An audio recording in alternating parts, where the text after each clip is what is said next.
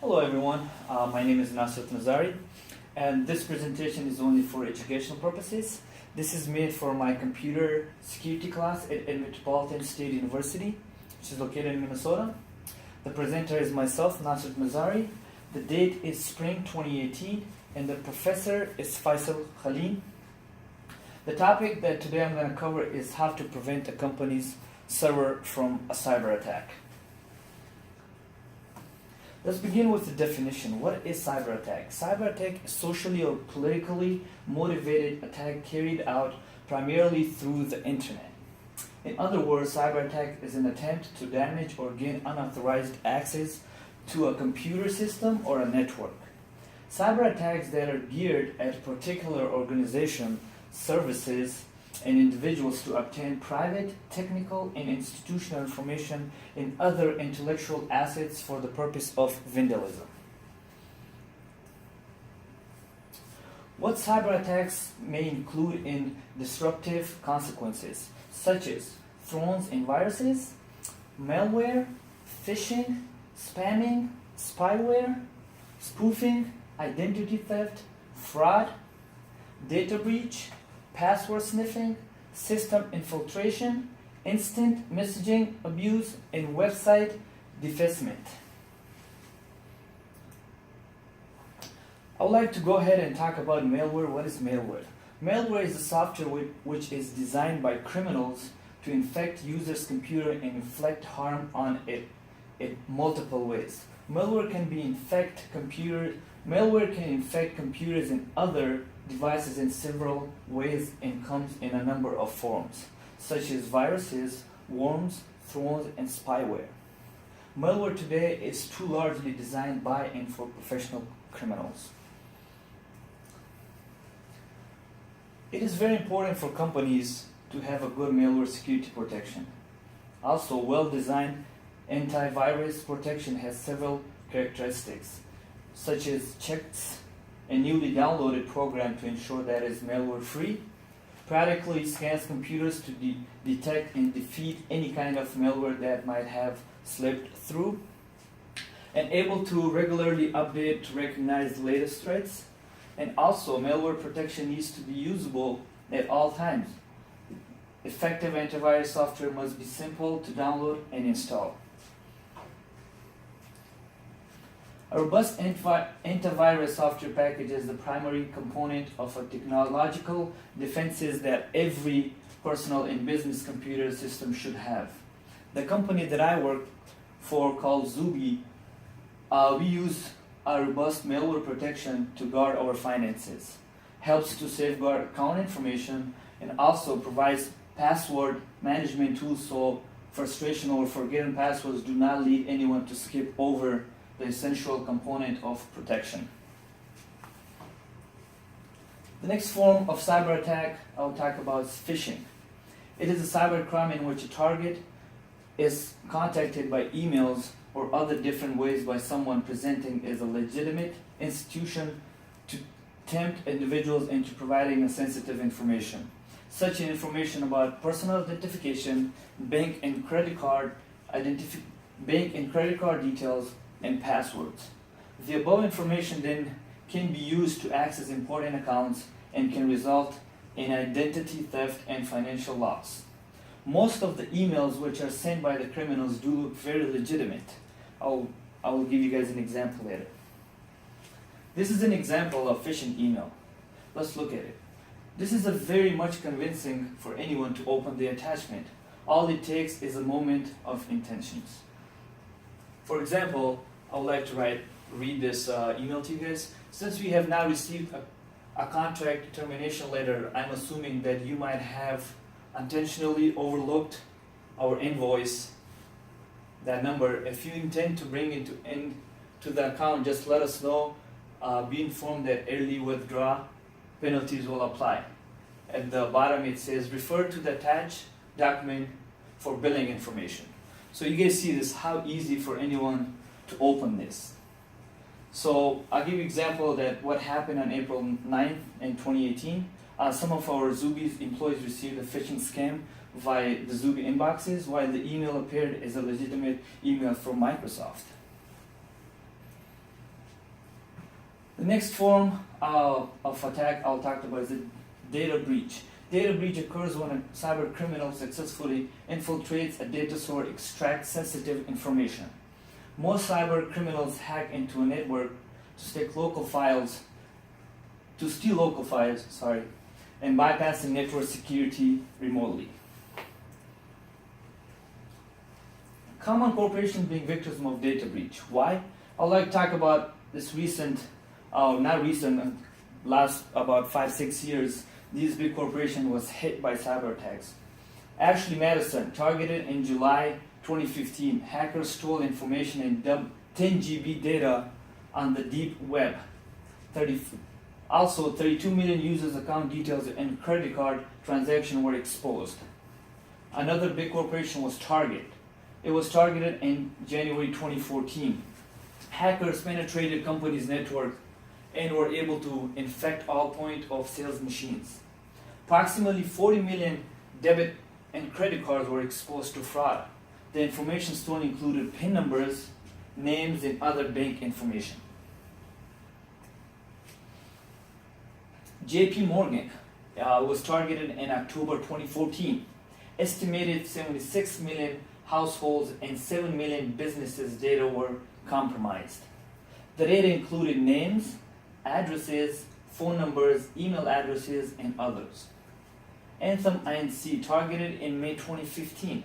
Data theft over 80 million customers, which were included their names, birthdays, social security, email addresses, and employment information. What is valuable to the cyber criminals? What actually they're looking for? They're looking for member name, date of birth, social security, member identification numbers, email addresses, mailing addresses, telephone numbers, banking account numbers, clinical information, and claims information. What to do with the breached data? What actually they're trying to get out of this? They're trying to make money by duplicating credit cards, using personal information for fraud, identity theft, blackmailing. The data can be sold in bulk in deep web marketplaces. Cyber criminals tend to target mostly big corporations or industries for data breach of their customers. Why? Because of course there's a lot of money in it. So let's now talk about how to prevent these cyber attacks. So these are the points that I would like to include later. I'll talk about each one in depth. For educate employees, first thing, I think it's very important, keep computers updated, establish a strong password, back up your data, strong firewall, use cloud services and cloud computing, appoint a security expert, limit access to restricted information. Let's talk about educating your employees. It's very important. The challenge of human error, of course. Dealing with human error will always be challenging within the businesses. It is important for every employee to have some kind of training in how to protect the company's data. Training employees about safe online habits and proactive defense is crucial. Create a culture. This is, I think, very important.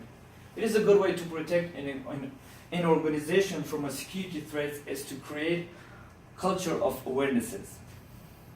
Creating a culture means that all employees are not only aware of risks, but care about spotting them. The next one is keep computers updated. The simplest strategy which everyone is capable of doing is ensuring that the entire network is up to date.